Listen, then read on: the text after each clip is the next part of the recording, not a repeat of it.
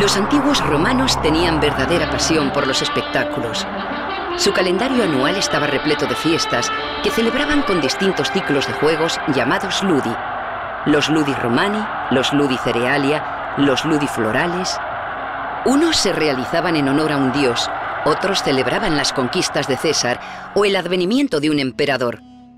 Con el paso del tiempo, su calendario fue cargándose de tal modo que por cada día normal del año tenían 1 o 2 días de fiesta con sus correspondientes ludi. Los juegos o ludi eran de 2 clases, escénicos y circenses. Los ludi escénicos se celebraban en el teatro, un edificio con forma de hemiciclo. Los romanos habían importado el teatro de Grecia, pero nunca tuvo aquí tanta aceptación como en aquel país. Ellos preferían claramente los ludi circenses, como las emocionantes carreras de cuadrigas que se desarrollaban en el circo. Con el tiempo, sobre la arena del circo empezaron a aparecer nuevos espectáculos. La expansión de Roma por el Mediterráneo trajo a la urbe los primeros animales salvajes. El público disfrutaba en el circo viéndolos pelearse entre sí o presenciando espectáculos de cacería llamados venationes. Otra de las novedades fue la lucha de gladiadores, que iba a causar furor en el pueblo romano. Pero el circo no había sido concebido para estos nuevos espectáculos. Su forma alargada era ideal para realizar carreras, pero no para presenciar peleas, que quedaban lejos de muchos espectadores. Además, tanto las fieras como los gladiadores armados podían resultar peligrosos, y el circo no ofrecía protección suficiente. Para resolver estos problemas, los romanos terminaron inventando un nuevo tipo de edificio al que llamaron anfiteatro. Los anfiteatros ofrecían mayor seguridad para el público, que además podía presenciar con comodidad todo el espectáculo. En realidad, el nuevo edificio era la unión de 2 teatros por el lado de la escena, y de ahí precisamente deriva su nombre, pues anfiteatro significa teatro circular. Tenemos así los 3 escenarios romanos para espectáculos públicos: el teatro para representaciones escénicas, el circo para las carreras y el anfiteatro para las luchas. En el siglo I de nuestra era, Roma no tenía todavía un anfiteatro permanente. En esto iba retrasada respecto a ciudades más pequeñas. Pero la urbe era una ciudad caótica y superpoblada que apenas disponía de espacio dentro del casco urbano. Todos sus problemas se solucionaron de modo drástico en el verano del año 64, cuando Roma fue devastada por un incendio que se prolongó durante 7 días. El fuego consumió muchas de las anticuadas casas de madera y abrió grandes espacios en el centro de la ciudad. De las cenizas de este incendio surgió al cabo de unos años la Roma imperial, una ciudad bien urbanizada y llena de hermosos monumentos. Pero de momento, aquel año 64, la situación se hizo dramática para miles de familias. Se murmuraba que el incendio había sido provocado por el propio emperador Nerón para despejar esta zona de la ciudad y poder apropiársela. Y en efecto, después de culpar a los cristianos, desatando su primera gran persecución, comenzó a construir aquí la residencia más suntuosa jamás concebida hasta entonces por el ser humano, la famosa Domus Aurea. En el centro de este pequeño valle, donde hoy se alza el Coliseo, Nerón hizo construir un lago artificial, el Stagnum Neronis, rodeado de atrios y corredores cubiertos que unían los distintos núcleos de edificios, los cuales se extendían por las colinas circundantes, desde el Opio hasta el Palatino, con espléndidos jardines. Solo el vestíbulo era tan grande que dentro cabía una gigantesca estatua de bronce del propio emperador de 35 metros de altura, que superaba incluso al célebre coloso de Rodas. La Domus Aurea, símbolo de todos los excesos de Nerón, tuvo una vida efímera. No había terminado de construirse en el año 68, cuando el emperador fue obligado a quitarse la vida. Poco después subió al trono Tito Flavio Vespasiano, un hombre providencial que se entregó en cuerpo y alma a la reconstrucción del imperio, comenzando por la destrucción de la Domus Aurea. El lugar que ocupaba el lago artificial serviría para construir el mayor anfiteatro del mundo, conocido como Anfiteatro Flavio.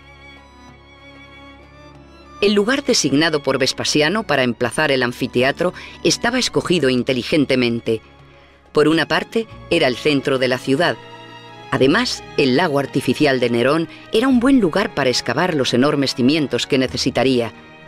Y sobre todo, borraría de este modo la memoria de su predecesor, sustituyendo su insultante mansión por uno de los edificios más anhelados por los romanos.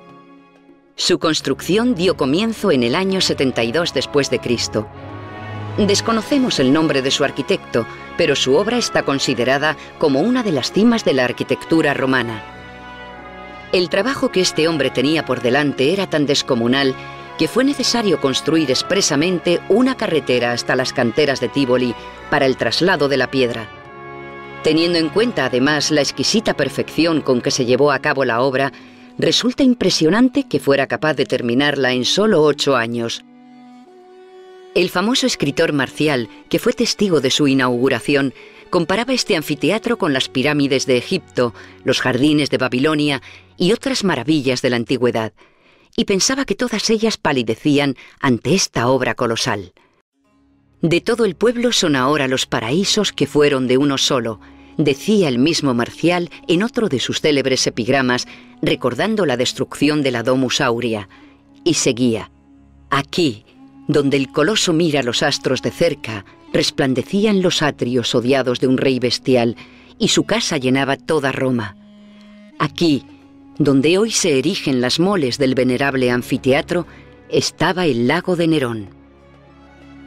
La colosal estatua del emperador no fue destruida, sino transformada. Despojada de las facciones de Nerón, quedó caracterizada como dios del sol.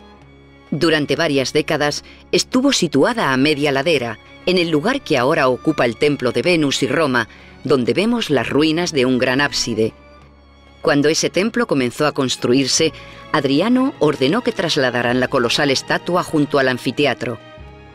Las fuentes antiguas hablan con admiración de aquella complicada operación que necesitó la fuerza de 24 elefantes. El emplazamiento exacto que ocupó a partir de entonces durante siglos está señalado hoy por un zócalo moderno sobre el que crece un bosquecillo de encinas a la izquierda de 3 cipreses. Este zócalo nos permite imaginar sus enormes dimensiones. Alzada sobre su alto pedestal, la estatua debía rivalizar en altura con el propio anfiteatro. El Coloso de Nerón es la mayor estatua de bronce jamás construida por el hombre, y parece que es gracias a ella por lo que el anfiteatro Flavio empezó a ser conocido con el nombre de Coliseo.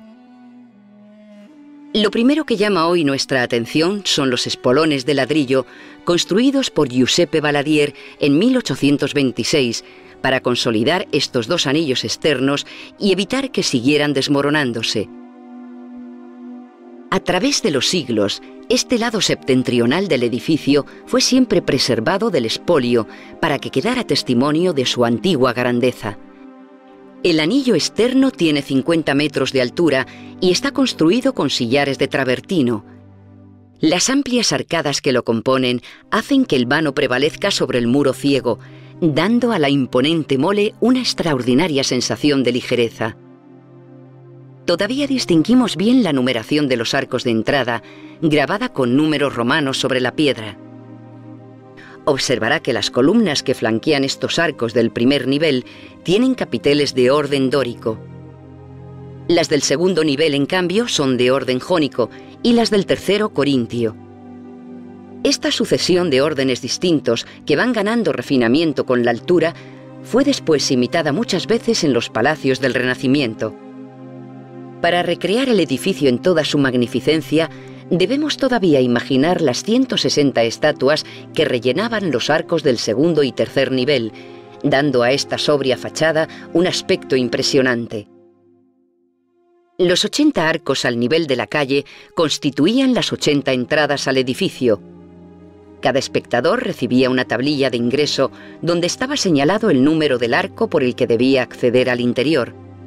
De este modo, el llenado y desalojo del anfiteatro resultaban extraordinariamente ágiles. Había 76 entradas normales y 4 especiales, reservadas estas para el emperador, las autoridades, las vírgenes vestales y los mismos gladiadores. De las 4 entradas especiales solo se conserva hoy la del norte, en el centro del tramo bien conservado de la fachada. era precisamente la entrada del emperador y conducía hasta su palco particular en la grada. Para remarcar su importancia, estaba especialmente decorada con estucos y pinturas y tenía delante un pequeño pórtico, pero hoy apenas se distingue de las demás. Justamente por encima de las ventanas cuadradas del ático hay una hilera de ménsulas o pequeños resaltes y encima de cada ménsula un agujero en la cornisa. Verá que cada paño del ático tiene 3 ménsulas que, multiplicadas por 80 paños, uno por cada arco, hacían un total de 240 ménsulas. Sobre ellas apoyaban las vigas de madera que servían para sostener el velarium. El velarium era una de las dotaciones más espectaculares de los anfiteatros romanos. Se trataba de un gigantesco toldo que cubría toda la grada para proteger al público de los rayos del sol. Este toldo se extendía y retiraba en función del tiempo que hiciera, y de su funcionamiento se encargaba una dotación de marineros. Resulta asombrosa la facilidad con que estos hombres manejaban aquel gigantesco toldo, que debía pesar entre 50 y 60 toneladas. Probablemente estaba dividido en sectores o gajos, cada uno de los cuales se manipulaba con independencia del resto, pero la técnica exacta que empleaban sigue siendo un enigma para los estudiosos que han intentado reconstruirla. Las cuerdas que lo tensaban se sujetaban a un inmenso anillo de hierro suspendido sobre la arena del anfiteatro. Estas cuerdas, apoyadas sobre las 240 vigas de madera, se llevaban a tierra en el exterior del edificio. Para sujetarlas se necesitaban puntos de anclaje muy consistentes. Afortunadamente se han conservado 5 de esas piedras de anclaje o cipos. Estos cipos presentan una serie de orificios en varias de sus caras, donde hacía presa una tenaza de hierro enganchada a poleas y cabrestantes. Como puede ver, las 5 piezas están alineadas con precisión matemática, separadas entre sí a una distancia constante de 3,4 metros, lo que ha permitido deducir que había 160 en total, dibujando una elipse perfecta a 17 metros del edificio. Junto a ellos vemos la única muestra que queda del pavimento original, que formaba un anillo de travertino alrededor del anfiteatro. Este enlosado y los 5 cipos que se conservan permiten reconstruir el aspecto externo del Coliseo en los días de juegos como una gigantesca tienda de campaña. El público pasaba entre los cipos, las cuerdas y los sudorosos marineros que las accionaban, de modo que solo entrar al Coliseo era ya todo un espectáculo. El contrafuerte con forma de espolón triangular que sostiene el anillo exterior por este lado fue una de las primeras intervenciones de consolidación del monumento. Se realizó a comienzos del siglo XIX bajo el pontificado de Pío VII, coincidiendo con los turbulentos años de la invasión napoleónica. El Coliseo se encontraba entonces en tal estado de ruina que incluso se pensaba en la posibilidad de demolerlo. Si la primera parte de esta vuelta exterior al Coliseo nos ha permitido imaginarlo en su máximo esplendor, esta segunda es su complemento indispensable. El anfiteatro se ha despojado aquí del anillo exterior, como si quisiera desvelarnos los secretos de su extraordinaria construcción. Su arquitecto dominaba todas las técnicas constructivas y supo combinarlas con maestría para ejecutar una obra casi perfecta. Como podemos ver, los sillares de travertino forman el esqueleto del edificio. Al combinarse con otros materiales como el tufo y el ladrillo, el edificio se hace más ligero, aumentando su elasticidad y resistencia. Llaman la atención cientos de agujeros irregulares situados en la unión entre los sillares.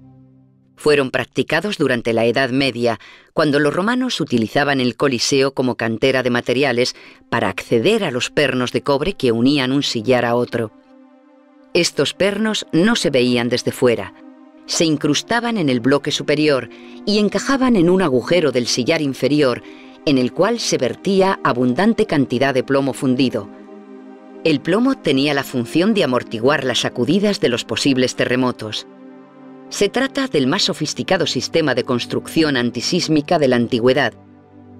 El plomo empleado asomaba ligeramente por la ranura entre los 2 bloques de